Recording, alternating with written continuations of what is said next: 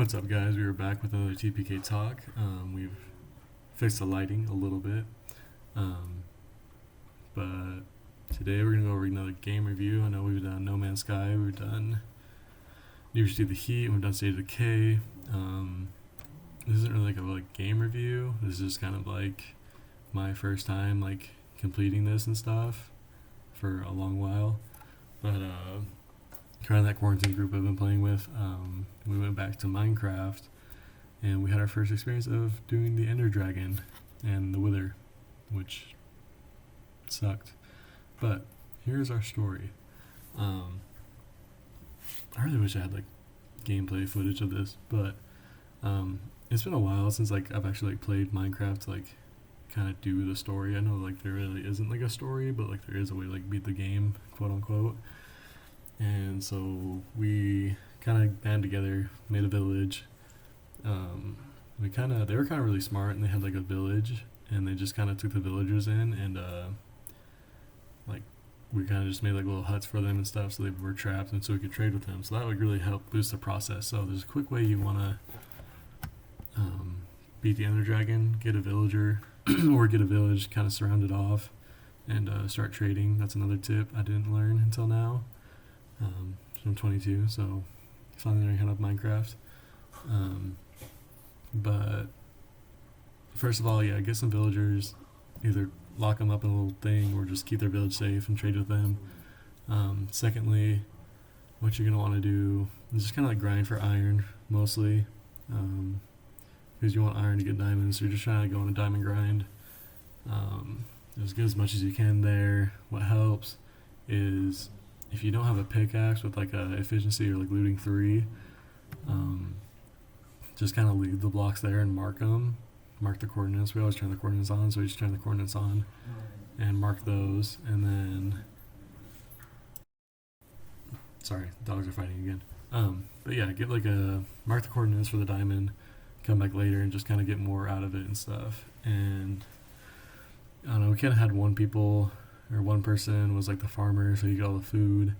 He would take care of the golden apples. We had one who's kind of the enchanter, and so he'd just kind of take all the potions and stuff, and the other two of us were kind of we'd strip mine and stuff. So we had a group of 4, so that worked pretty well. And we kind of over prepared to beat the Ender Dragon super good. There was no contest. So after grinding on that, upgrading stuff, we kind of made some zombie spawners. And we didn't make zombie spawners, but we just kind of took the zombie spawners and kind of trapped them, put a little water flow on it, so they'd kind of come down to this one spot where you just kill them, just an XP farm, I guess. You guys probably know about that more than I do. But made an XP farm and just kind of started upgrading all of our weapons and loot and stuff. And then we went off on our journey.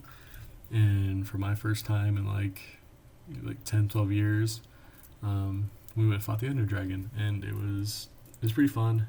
My one friend died right off the back, and he got really mad and quit the server as soon as it happened.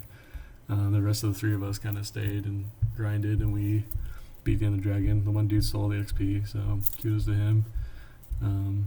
We kind of had squads, and so I had the best sword, and so I was kind of on the ground as the ground unit, and I sat there and I was just trying to beat him as much as I could, trying to hit that sweet spot on the tail, and they went up and kind of destroyed those orb things on top of the pillars. I know I'm not a huge Minecraft guy, so no one give me hate comments for this.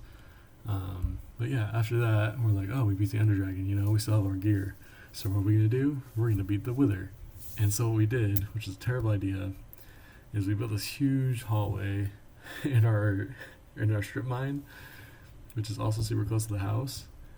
And we found at the end of the hallway, we spawned in there, and we started shooting with arrows. And that wasn't the fault. That wasn't the hardest part. Once we destroyed him with the arrows, you can only go into attack mode, so you can only hit him with a sword or hit him with your hand or anything. But what happened is he started going to the surface, and we were pretty far down the mine, and so we had just a kajillion blocks on the ground, which actually froze up my Minecraft, which I was wow, this is kind of impressive. It almost crashed the game, and it was so laggy. And he just started destroying everything.